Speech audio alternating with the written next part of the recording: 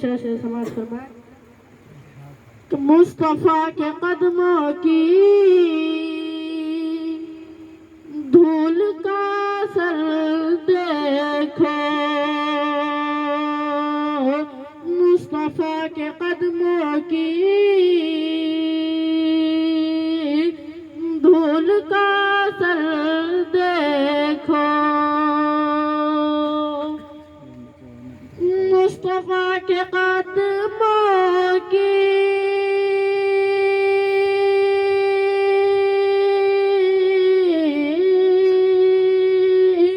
دھول کا اثر دیکھو،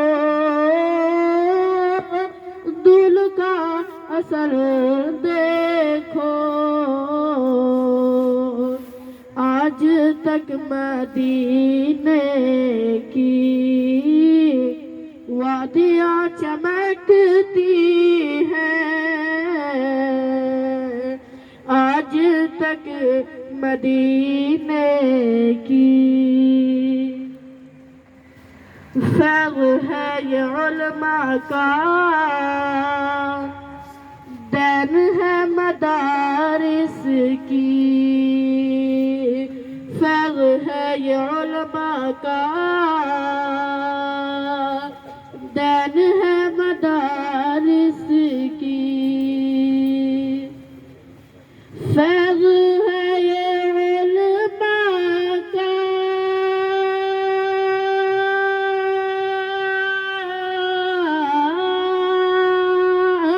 دین ہے مدارس کی،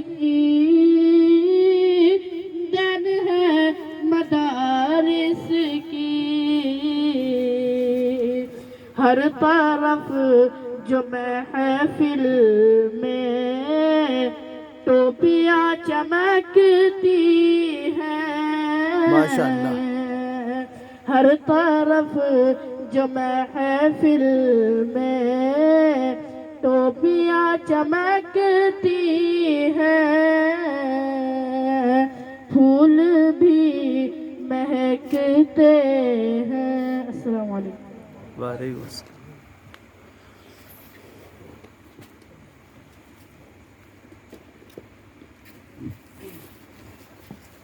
بسم اللہ الرحمن الرحیم۔ اس والے اس میں کیا چیز کی کمی ہے اور کو آئے گا جب بولا گا یہ تو اس کے سائڈ بولیے۔ ہو یہ اس میں کچھ والا لگا دو، والا لگا دو۔ ہلو ہلو نحمده ونصلي على رسوله الكريم اما بعد فاعوذ بالله السميع العليم من الشيطان الرجيم بسم الله الرحمن الرحيم ذلك الكتاب لا ريب فيه هدى للمتقين وقال النبي صلى الله عليه وسلم خيركم من تعلم القرآن وعلمه۔ الہی رونق اسلام کے سامان پیدا کر، الہی رونق اسلام کے سامان پیدا کر، دلوں میں مؤمنوں کے الفت قرآن پیدا کر۔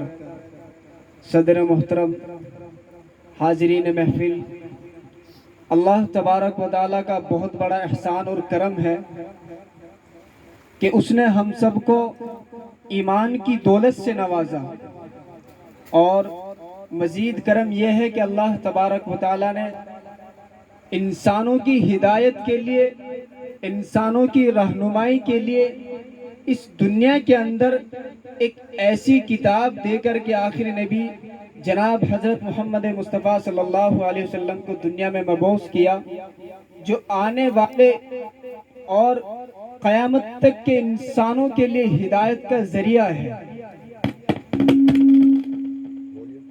ہلو بولو، ہلو ہلو چلو بولو۔ ہلو بولو۔ ہلو قرآن کریم وعظیم اور برکت وہ کتاب ہے جو آج 1450 سال گزر گئے، جس کے اندر ایک نقطہ، ایک حرف ایک جذب اور ایک سکون بھی جس کا آج تک نہیں بدلا ہے۔ دنیا کے اندر اللہ تبارک و تعالیٰ نے اس دنیا میں آسمانی کتابیں اور بھی نازل کی ہے، لیکن ساری کتابیں بدل چکی ہے، اور اگر کوئی کتاب ایسی اس دنیا کے اندر ہے جو قیامت تک نہیں بدلے گی تو وہ صرف قرآن کریم ہی ہے۔ حقیقت تو یہی ہے، اور اس قرآن کریم کا سب سے بڑا معجزہ یہ ہے، آپ ساری دنیا کے اندر غور و فکر کریں، دنیا کے اندر کوئی بھی انسان ایسا نہیں ہے کہ جو دوسری کتاب کا کوئی حافظ تمہیں پوری دنیا کے اندر اس کتاب کے علاوہ نہیں مل سکتا، لیکن الحمدللہ اس دنیا کے اندر چھوٹے چھوٹے بچے قرآن کریم کے حافظ مل جائیں گے۔ قرآن کریم کا سب سے بڑا معجزہ یہ ہے۔ ایک واقعہ بتاؤں، ایک غیر مسلم لڑکی تھی، ایک مسلمان لڑکی تھی، اب دونوں ساتھ میں کالج جایا کرتی تھی، اب دونوں سہیلی تھی۔ اس کے بعد جو لڑکی مسلمان تھی ان کی والدہ قرآن کریم پڑھا کرتی تھی، ان کے یہاں بچیاں پڑھنے آیا کرتی تھی، جیسے آج کل گھروں کے اندر ماحول ہوتا ہے کہ چھوٹے چھوٹے بچے پڑھنے آیا کرتے ہیں۔ تو وہ غیر مسلم لڑکی اپنی سہیلی کے ساتھ ان کے گھر پہ آیا کرتی تھی، اور آنے کے بعد وہاں قرآن کریم کی تلاوت کو سنا کرتی تھی روزانہ آ کر کے۔ اب اللہ تبارک و تعالیٰ نے اس بچی کا دل موم کر دیا، قرآن کریم کی محبت کو اس کے دل کے اندر بٹھال دیا۔ وہ بچی آنے کے بعد اب روزانہ کہنے لگی کہ خالہ یہ میری سہیلی ہے، میں دوسرے مذہب سے تعلق رکھتی ہوں، لیکن نہ جانے کیوں مجھے قرآن کریم سے محبت ہو گئی ہے، آپ ایسا کریں مجھے بھی تھوڑا سا قرآن کریم پڑھنا سکھا دیجئے۔ اب وہ کہنے لگی کہ بیٹی تم دوسرے مذہب سے تعلق رکھتی ہو، تمہارے گھر پریوار کے ایک دوسرے مذہب سے تعلق رکھتے ہیں، اگر تمہارے گھر والوں کو پتہ چلے گا تو وہ اس پر کیا اعتراض نہیں کریں گے؟ اس لڑکی نے جواب دیا کہ میری زندگی ہے، وہ مجھے گزارنی ہے، کیسے گزارنی ہے، کس طرح گزارنی ہے، وہ مجھے حق ہے۔ چنانچہ وہ بچی کہنے لگی کہ خالہ مجھے قرآن کریم آپ کو سکھانا ہی پڑے گا۔ تو انہوں نے کہا کہ ٹھیک ہے، میری ایک شرط ہے، تم اپنے گھر جانے کے بعد یا اس گھر کے علاوہ کہیں تمہیں یہ ذکر نہیں کرنا کہ میں فلاں کے گھر میں جا کر کے قرآن کریم کو پڑھتی ہوں، یا دین سے کوئی تعلق کی کوئی بات سیکھتی ہوں، یا اردو میں سیکھنا شروع کر رہی ہوں۔ اس بچی نے کہا کہ ٹھیک ہے۔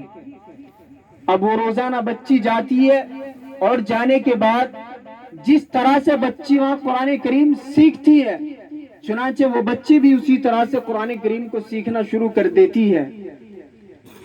نتیجہ یہ ہوا چند دن کے بعد جب اس بچی نے قرآن کریم کو سیکھ لیا اور وہ جوان ہوگی، اس کی شادی کا مسئلہ آیا۔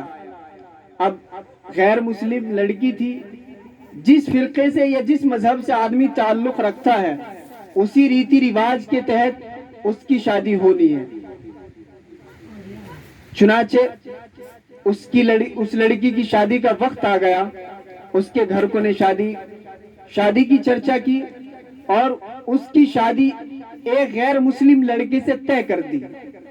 اس کے بعد وہ لڑکی بہت پریشان ہوئی، کہنے لگی خالہ میں نے آج تک زندگی میں کچھ نہیں کیا، میری سب سے بڑی کامیابی یہی تھی کہ میں آپ کے گھر آ کر کے قرآن کریم کو سیکھتی تھی اور اس کے بعد نماز وغیرہ پڑھتی تھی، لیکن آج میری رخصتی کا وقت آ گیا ہے، اب میں کیا کروں؟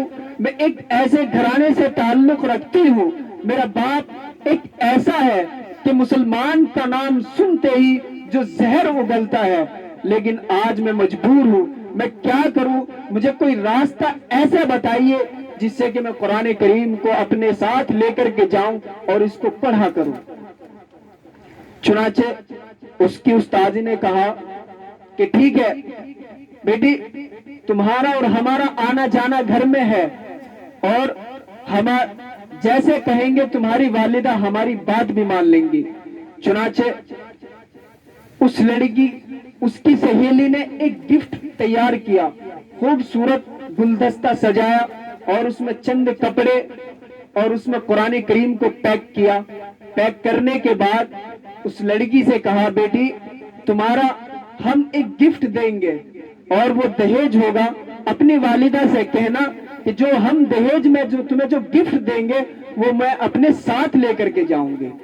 یہ تدبیر جب اس لڑکی نے سنی تو بہت خوش ہوئی، کہنے لگی خالہ تم نے میری زندگی کا راستہ آسان کر دیا ہے۔ چنانچہ اس لڑکی کی جب شادی ہونے لگی اور اس کی استانی وہ کپڑے وہ گفٹ لے کر کے اس کے گھر پہنچتی ہے تو کہنا شروع کر دیا کہ یہ لڑکی ہمارے یہاں تعلق ہمارے گھر آیا جایا کرتی تھی اور میری لڑکی سے اس کا آنا جانا تعلق تھا، چنانچہ میری لڑکی نے کچھ گفٹ دیا ہے اور آپ اس کو بخوشی قبول کرنا، اور ہم چاہتے ہیں کہ یہ جو ہم گفٹ دے رہے ہیں یہ یہاں نہ کھول کر کے اپنے گھر اس گفٹ کو اپنی سسرال کھولے تو زیادہ بہتر ہوگا۔ چنانچہ اس لڑکی کی والدہ نے کہا کہ ٹھیک ہے یہ گفٹ آپ کا ہم اس کو دہیج میں دے دیں گے اور یہ دہیج میں لے جانے کے بعد اس کو اپنی سسرال کھول لے۔ چنانچہ ایسے ہی ہوا، وہ لڑکی بہت خوش ہوئی اور اس کا جب وہ گفٹ دیا گیا اس کے بعد اس لڑکی کو رخصتی کا وقت ہو گیا، وہ اپنے سسرال چلی گئی۔ تو اس لڑکی نے وہاں جانے کے بعد سب سے پہلے اس گفٹ کو کھولا اور کھولنے کے بعد اس میں سے قرآن کریم کو نکالنے کے بعد اس کو ایک محفوظ جگہ پہ رکھ دیا۔ رکھنے کے بعد اس کے شوہر کی کوئی سرکاری نوکری تھی، چنانچہ شوہر صبح جاتا اور شام کو واپسی آتا تھا اور اپنا وہ گھر کا کام کاج کرنے کے بعد اپنا وضو کیا اور اپنا قرآن کریم کو پڑھنا شروع کر دیا کرتی تھی۔ اپنے گھر میں اپنے کمرے میں قرآن کریم کو پڑھ رہی ہے، پڑھتے پڑھتے کسی کو کوئی خبر نہیں کہ یہ بچی کیا کرتی ہے۔ چنانچہ ایک وقت ایسا آیا کہ اس کا شوہر زیادہ بیمار ہو گیا، اب ڈاکٹروں نے ناعلاج کر دیا۔ چنانچہ وہ لڑکی کہنے لگی کہ آپ میرے شوہر ہیں، میرا بھی کچھ حق ہے، میری زندگی آپ کے اوپر قربان ہے اور ڈاکٹروں نے آپ کو ناعلاج کر دیا، چند دن کی زندگی ہے، نہ جانے اب کب ختم ہو جائے۔ چنانچہ میری ایک چھوٹی سی درخواست ہے، آپ میری چھوٹی سی درخواست کو قبول کریں، ہو سکتا ہے آپ کو شفا مل جائے۔ شوہر کہنے لگا آخر ایسی کیا بات ہے؟ جب میاں بیوی بات کرتے ہیں تو شوہر کہنے لگا آخر کیا بات ہے، میں نے زندگی میں کیا چاہیے، میری شادی ہوگی، سب کچھ ہو گیا، اب تو آخری وقت ہے، ڈاکٹروں نے بھی ناعلاج کر دیا، اب کوئی ایسی چیز ہے نہیں جو زندگی دے سکے یا میری زندگی کو بچا سکے۔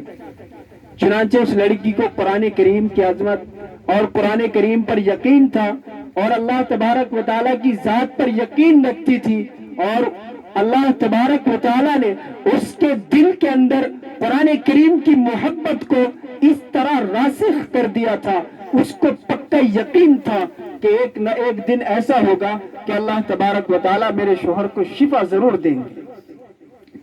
خود قرآن کریم کے اندر ارشاد ہے وَنُنَزِّلُ مِنَ الْقُرْآنِ مَا هُوَ شِفَاءٌ وَرَحْمَةٌ لِّلْمُؤْمِنِينَ۔ اللہ تبارک و تعالیٰ ارشاد فرماتے ہیں کہ ہم نے اس قرآن کریم کے اندر بیماروں کے لیے شفا عطا فرمائی ہے۔ چنانچہ اس بیوی اس کی کہنے لگی آپ کو صرف ایک کام کرنا ہے اور اس کے بعد کچھ نہیں کرنا۔ شوہر کہنے لگا کہ مجھے منظور ہے۔ بیوی نے شرط لگا دی میری شرط جب پوری ہوگی جب آپ کی طبیعت بالکل ٹھیک ہو جائے گی۔ شوہر کہنے لگا جس طرح تم کہو گی میں اسی طرح کروں گا۔ چنانچہ وہ لڑکی شوہر کے پاس کرسی لے کر کے بیٹھ گئی اور قرآن کریم کو اس نے پڑھنا شروع کر دیا۔ الم نشرح لک صدرک اس سورت کو پڑھنا شروع کر دیا، اس کو کینسر کی بیماری تھی۔ اس لڑکی نے جب اس سورت کو پڑھتی رہی اور درود شریف وغیرہ پڑھتی رہی اور پانی پڑھ کر کے اس کو پلاتی رہی، نہ جانے اس کے بعد اللہ تبارک و تعالیٰ کو کیا منظور تھا۔ جب اس لڑکی نے یہ عمل شروع کر دیا، 10 11 21 دن شاید گزرے تھے، اس کو اللہ تبارک و تعالیٰ نے شفا دے دی۔ اس کے بعد جب اس کے شوہر ٹھیک ہو گئے، اب وہ لڑکی کہنے لگی کہ میرے شوہر، میری شرط تھی کہ اگر آپ کو اللہ تبارک و تعالیٰ نے شفا دے دی تو جس طرح میں کہوں گی آپ کو اس طرح سے زندگی گزارنی ہے۔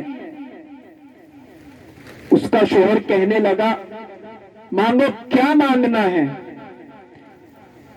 کہنے لگی مجھے کچھ مانگنا نہیں ہے، مجھے دولت نہیں چاہیے، مجھے بنگلہ گاڑی نہیں چاہیے، مجھے کچھ نہیں چاہیے، مجھے صرف آپ کی زندگی چاہیے۔ شوہر کہنے لگا آخر میری زندگی ہے تو تیرے لیے ہی، بول کیا چاہیے؟ کہنے لگی کہ آپ کو کلمہ پڑھنا پڑے گا، آپ کو کلمہ پڑھنا پڑے گا۔ اب شوہر حیران ہو گیا، آخر اتنا بڑا حادثہ کیسے پیش آ گیا، یہ واقعہ کیسے ہوا؟ وہ کہنے لگا آخر تم میری بیوی ہو، مجھے یہ بتاؤ کہ تم نے یہ ایسے تم مسلمان کس طرح سے ہو گئی؟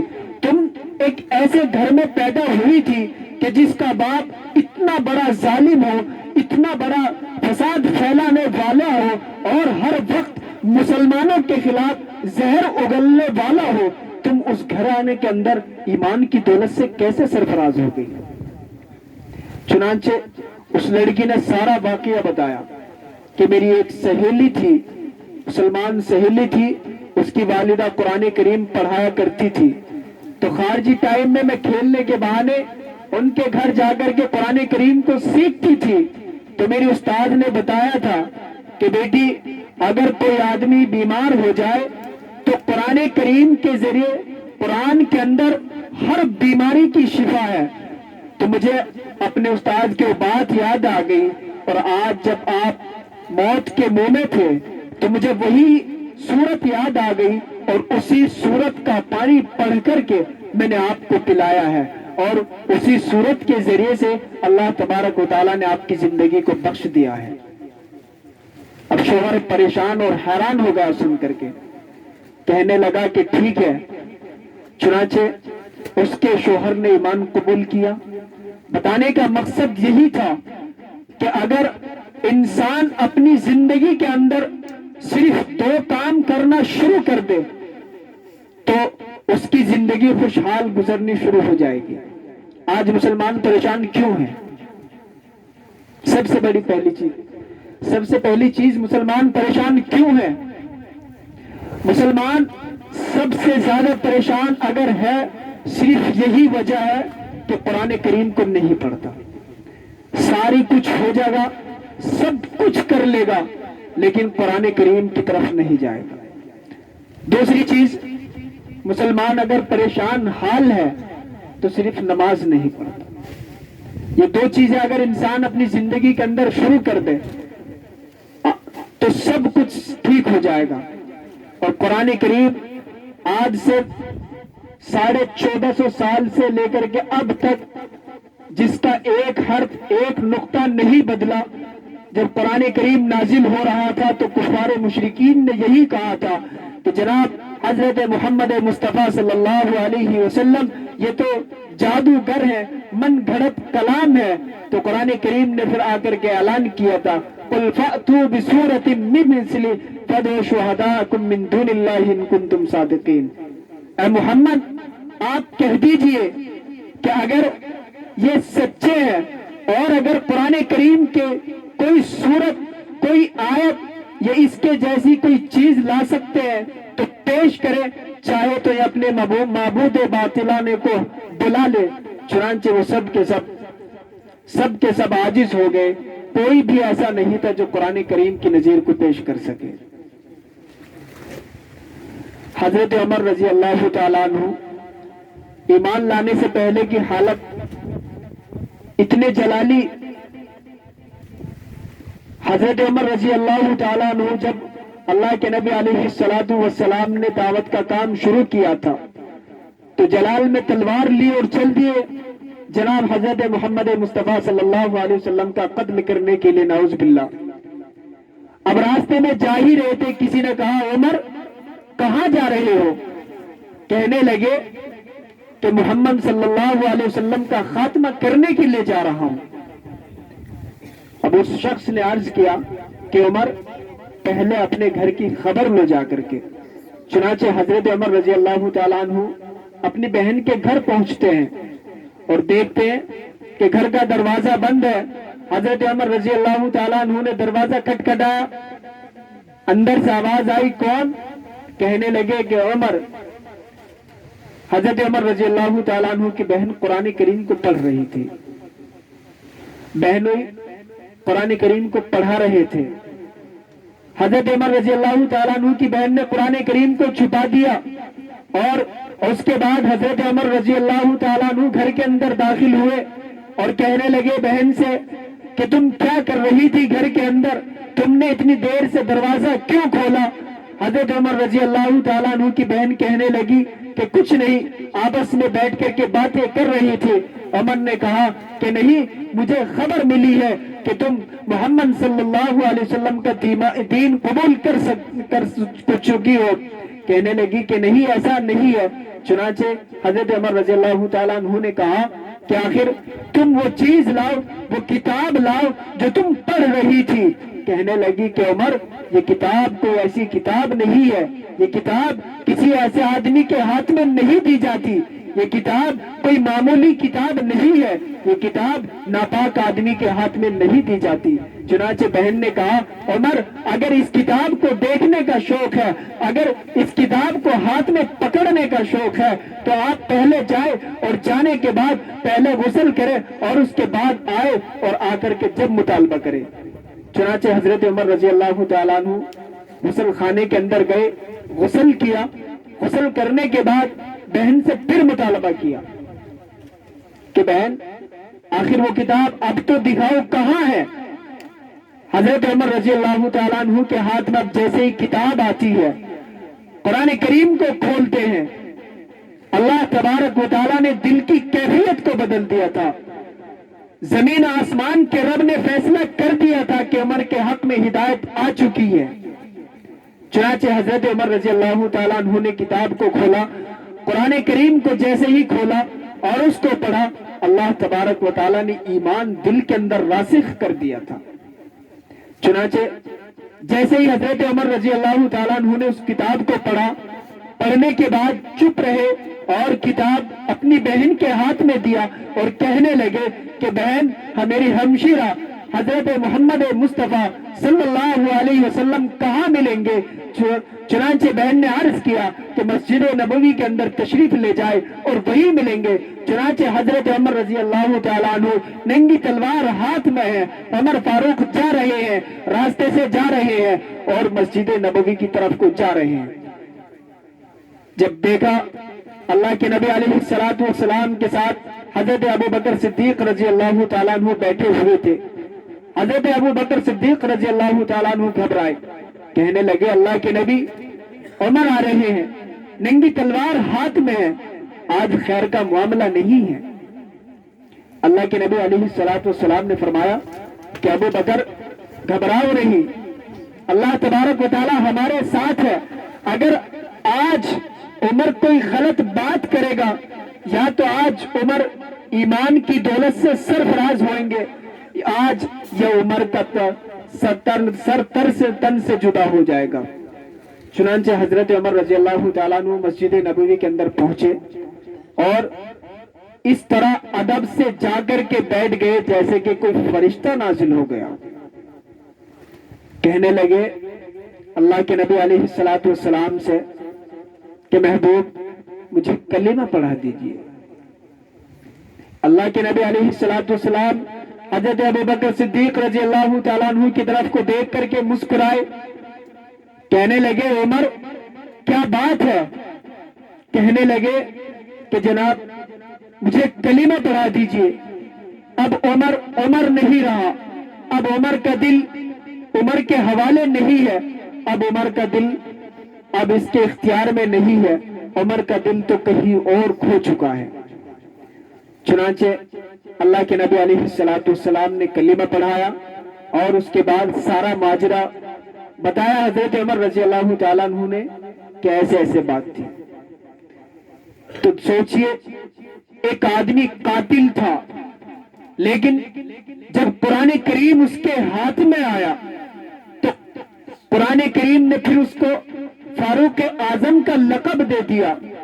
پہلے قاتل تھا، اب فاروق اعظم ہے، اور اس کے بعد وہ عمر جس کی رائے کے مطابق قرآن کریم نازل ہو رہا ہو، اللہ تبارک و تعالیٰ نے اتنی شہرت دی تھی حضرت عمر رضی اللہ تعالیٰ عنہ کو۔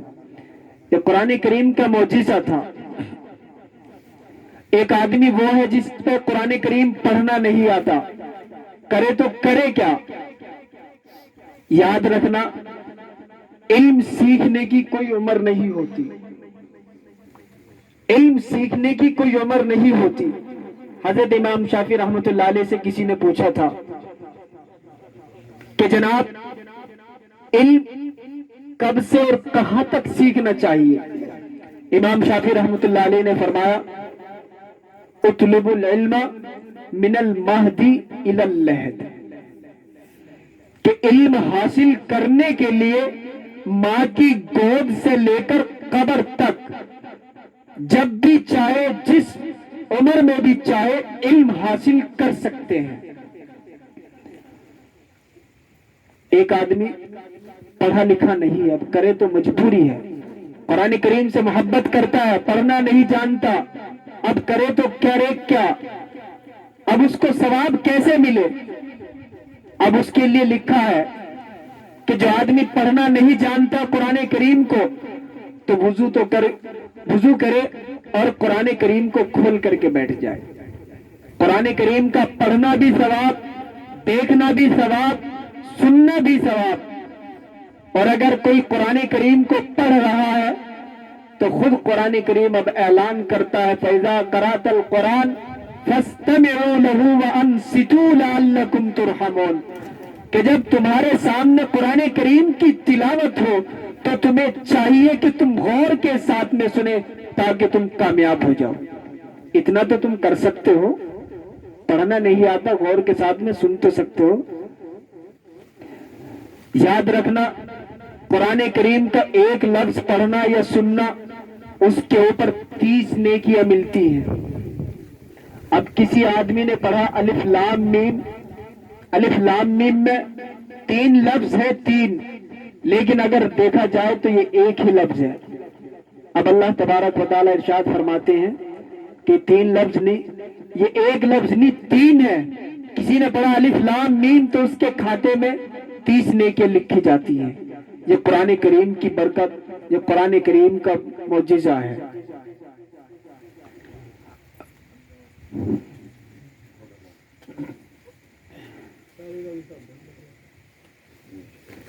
دعا کرے کہ اللہ تبارک و تعالیٰ ہم سب کو قرآن کریم کی دولت سے مالا مال فرمائے۔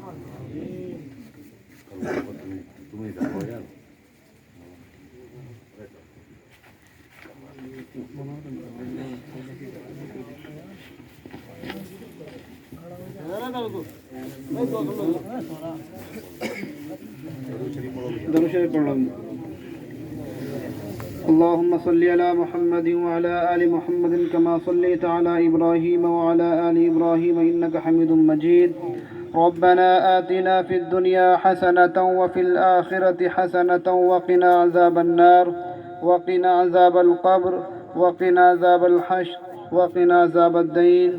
ربنا ظلمنا أنفسنا وإن لم تغفر لنا وترحمنا لنكونن من الخاسرين.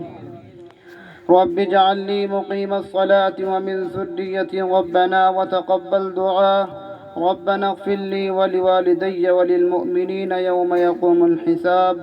الف لام میم اللہ لا الہ الا هو الحی القیوم وبک نستعین یا فتاح یا فتاح رب زدنی علما رب زدنی علما۔ یا اللہ ہمارے صغیرہ کبیرہ گناہوں کو معاف فرما، یا اللہ رحم کا، کرم کا، عافیت کا معاملہ فرما۔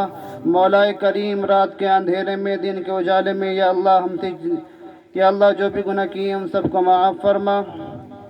مولا کریم اس قرآن پاک کو پڑھنے کو قبول فرما، یا اللہ اس کے پڑھنے میں جو غلطی کوتاہیاں ہیں ان سب کو معاف فرما۔ یا اللہ جس مقصد کے لیے پڑھا گیا ہے یا اللہ اس میں پوری کامیابی عطا فرما۔ مولا کریم اس میں پوری کامیابی عطا فرما۔ یا اللہ سب بیماروں کو شفائے کاملہ عاجلہ مستفیرہ دائمہ نصیب فرما۔ یا اللہ جہاں جہاں مسلمان بھائی پریشان ہیں یا اللہ ان سب کی پریشانیوں کو دور فرما۔ یا اللہ جتنوں نے یا اللہ قرآن کریم کو سنا ہے یا اللہ ان کے سننے کو قبول فرما۔ مولا کریم پڑھنے والے یا اللہ جس نے پڑھایا ہے یا اللہ اس کے علم میں یا اللہ برکت عطا فرما۔ مولا کریم خوار ہیں بدکار ہیں ڈوبے ہوئے ذلت میں ہیں، مولا کریم خوار ہیں بدکار ہیں ڈوبے ہوئے ذلت میں ہیں، یا اللہ کچھ بھی ہیں لیکن تیرے محبوب کی امت میں ہے، یا اللہ ہمیں معاف فرما۔ مولا کریم ہمیں معاف فرما۔ یا اللہ رمضان کے مہینے کی یا اللہ اس مہینے کی ہم سے قدر نہیں ہوئی، یا اللہ جو بھی رمضان بچے ہیں یا اللہ ان رمضان کی قدر کرنے کی توفیق عطا فرما۔ مولا کریم ہم نے جو مانگا ہے وہ بھی عطا فرما۔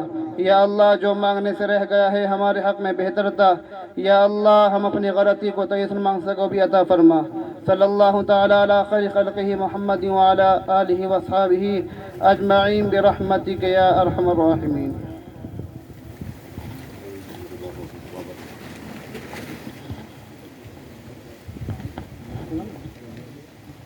جی حضرت دے دیجیے ذرا بچوں کو نام دیا، کھڑے ہو جاؤ ابرار، ارے ابرار کھڑے ہو کے دو،